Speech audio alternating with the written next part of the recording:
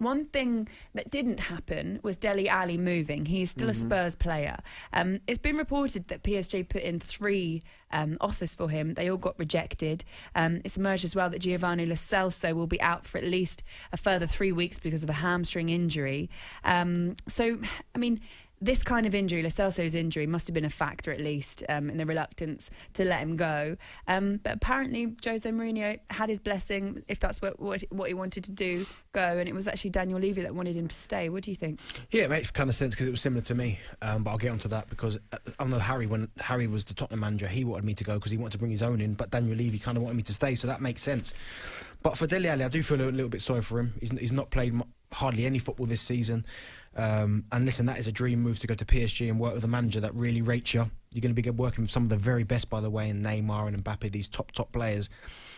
And to be fair, I think in certain situations, I think Daniel Levy didn't want to be made to look stupid because you know what happens if Tottenham at the minute are not going along very, very well. He goes over to PSG, he starts ripping it up, playing really well, which I think he would have done. He would have gone into the team, played really well. People would have said, well, hold on a second, why have we let him go?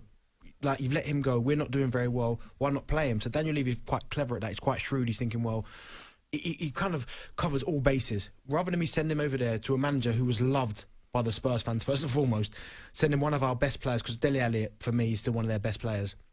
He goes over there, plays very, very well, and everyone starts to go, well, Daniel Levy, again, don't know what you're doing, don't know what you're talking about. This is why these situations happen. So for me, I'm sad for Dele Alli because I want him to play football. And if Jose Mourinho is saying he had his blessing to go, then surely Daniel Levy would say. How are you feeling if you're Dele Alli this morning? Frustrated, annoyed. It's a chance of a lifetime. However you want to look at it, right now he's not playing football at all. Spurs aren't in the title race for me anymore. Although I didn't think they could win the title anyway. They're not in the title race anymore. And he's not even playing in some FA Cup games, you know what I mean? He's getting minutes here, minutes there. So for me, for Dele Alli, it was the chance of a lifetime. Go and play with some of the best players in the world. Go and play for a manager that really rates you. Because listen, you can never underestimate the love. If a manager really rates you as a player and wants to have you, and you've had him before, mate, he will run through brick walls for you. And Dele Alli would have done that for Poch. But the fact that he's not been allowed to do that, I do feel for him. I'm ashamed, Bent. I've got to share. I'm gutted with Carl Robinson on earlier on. We're chatting away to him.